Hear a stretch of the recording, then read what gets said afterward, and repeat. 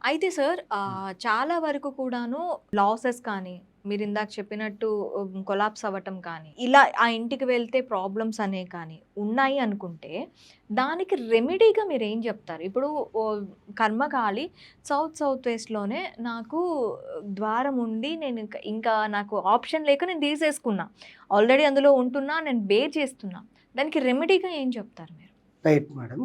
అయితే 2 రాష్ట్రాలలో గూడా ఎవరు కూడా ఇక్కడ డోర్స్ పెట్టుకోరు. అవును.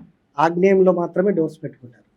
కానీ కొన్ని ప్లేసెస్ టిల్టెడ్‌గా ఉంటాయి. మనం గూగుల్ ఎర్త్‌లో హ్మ్. చూస్తే చిన్న చిన్న డిగ్రీస్ తేడా ఉంటుంది. హ్మ్. అవును. బిల్డింగ్స్ అన్నీ కూడా టిల్టెడే. అవును. ఏ హైదరాబాద్‌లో అయితే ఇంకా ఇంకా మోస్ట్ ఆ టిల్టెడ్ ఏంటి అంటే 90 డిగ్రీస్‌కి ఇంకొక 30, 60 డిగ్రీస్ కూడా టిల్టెడ్ ఉంటాయి. 100%. సో, ఎప్పుడైతే మీరు అన్నట్టుగా 60 డిగ్రీ టిల్ట్ అవుతదో, హ్మ్. సౌత్ అనుకున్నది సౌత్ వెస్ట్ అవుతది. ఓకే. వాళ్ళకి తెలియకుండానే ఎంట్రీ అనేది సౌత్ వెస్ట్ వచ్చేసింది. ఓకే. ఇంట్లో సడెన్‌గా డౌన్‌ఫాల్ అవుతుంది. సడెన్‌గా లాసెస్, సడెన్‌గా యాక్సిడెంటల్ వార్తలొస్తాయి. సడెన్‌గా ఏం జరిగిందో అర్థం కాదు. హ్మ్.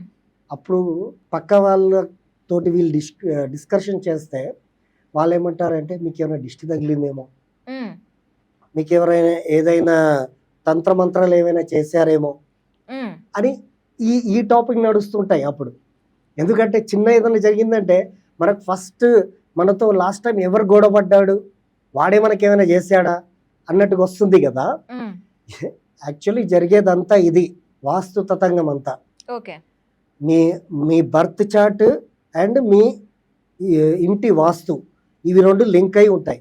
హ్మ్. ప్రతి ఒక్క మనిషికి దశలు మారుతూ ఉంటాయి. ఓకే. అందుకే జననం ఉంటుంది, మరణం ఉంటుంది. హ్మ్. హ్మ్. ఈ దశలు ఎట్లా అయితే చేంజ్ అవుతుంటాయో, మీకు గురువు మార్గదర్శనం నడుస్తున్నప్పుడు గురువు మీకు యోగిస్తే you are a king. Okay. When your Saturn comes, then down falls or start.